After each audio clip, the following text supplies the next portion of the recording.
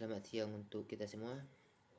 Perkenalkan, nama saya Farel Siadari, nomor induk mahasiswa 20011113574. Baiklah, saya akan membuat video untuk memenuhi ujian akhir semester pemerintahan kota dan desa.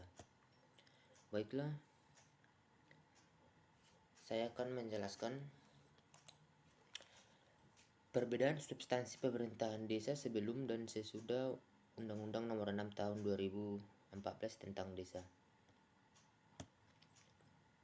Sebelum Undang-Undang Nomor 6 Tahun 2014, substansi yang pertama itu adalah hak masyarakat desa belum diatur secara khusus, melainkan pengakuan terhadap hak-hak tradisional masyarakat hukum adat. Dan setelah Undang-Undang Nomor 6 Tahun 2014 itu, substansinya itu berubah menjadi hak masyarakat desa sudah diatur secara khusus. Dan yang kedua, sebelum Undang-Undang Nomor 6 Tahun 2014, substansinya itu melaksanakan hak sesuai dengan tradisi dan adat istiadat. Dan setelah Undang-Undang Nomor 6 Tahun 2014, ada substansinya itu melaksanakan hak dalam rangka penyelenggaraan pemerintahan desa. Dan yang ketiga, sebelum Undang-Undang Nomor 6 Tahun 2014, asas dan tujuannya itu meliputi pengakuan, perlindungan, dan pemberdayaan masyarakat hukum adat. Dan setelah Undang-Undang Nomor 6 Tahun 2014, asas dan tujuannya itu meliputi penyelenggaraan pemerintahan desa, pelaksanaan pembangunan desa, pembinaan kemasyarakatan desa, dan pemberdayaan masyarakat desa. Baiklah, selanjutnya nomor 2 itu ada, sudahkah pemerintah desa mengoptimalkan pendapatan desa? Kemukakan berdasarkan observasi Anda di lokasi masing-masing.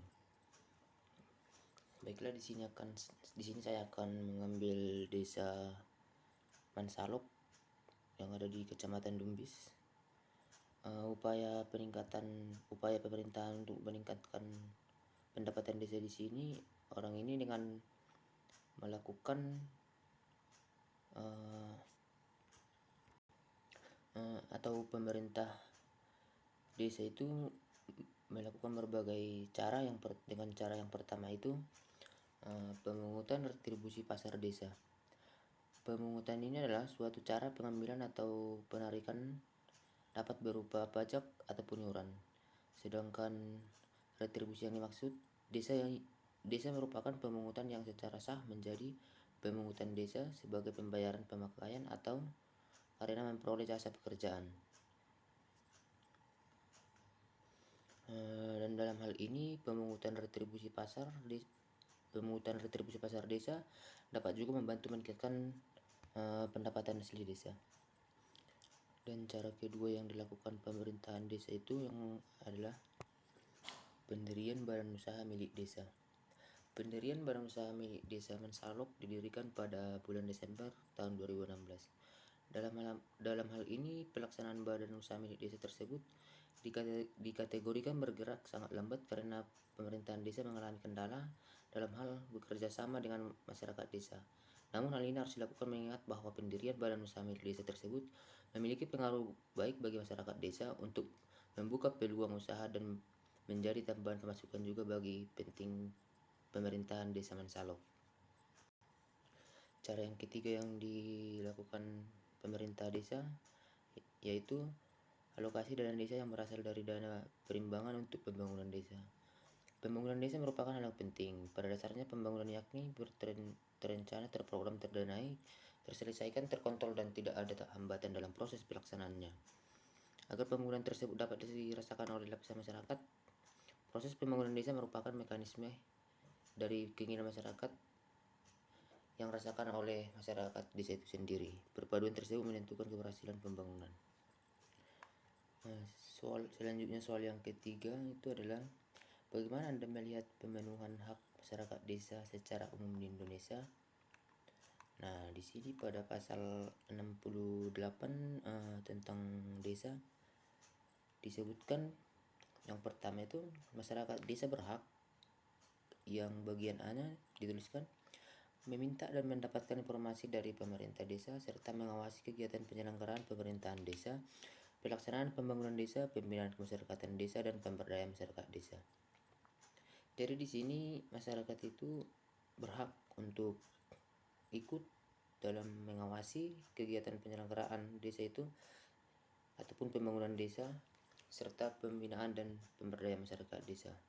Terus di poin B, masyarakat desa berhak memperoleh pelayanan yang sama dan adil.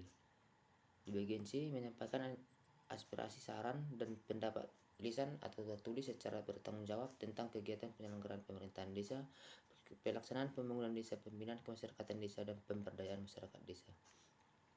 Di poin D, masyarakat juga berhak memilih, dipilih, dan atau ditetapkan menjadi yang pertama itu kepala desa, perangkat desa, anggota badan permusyawaratan desa, atau anggota lembaga kemasyarakatan desa, dan mendapatkan pengayoman dan perlindungan dari gangguan ketenteraman dan ketertiban desa.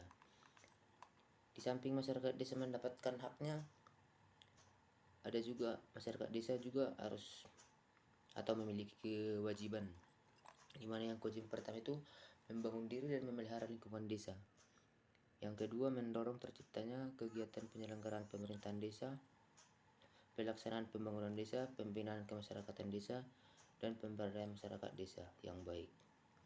Dan yang ketiga itu, masyarakat diwajibkan mendorong terciptanya situasi yang aman, nyaman, dan tentram di desa. Dan yang keempat itu, masyarakat diwajibkan memelihara dan mengembangkan diri permusyawaratan, pemufakatan, kekeluargaan, dan kegotong royongan di desa. Dan yang kelima, masyarakat desa juga diwajibkan berpartisipasi dalam berbagai kegiatan di desa. Baiklah, sekianlah yang bisa saya sampaikan. Apabila ada kesalahan tutur kata saya tadi dalam menyampaikan pendapat saya mohon maaf. Terima kasih. Selamat siang bagi kita semua. Salam sejahtera bagi kita semua.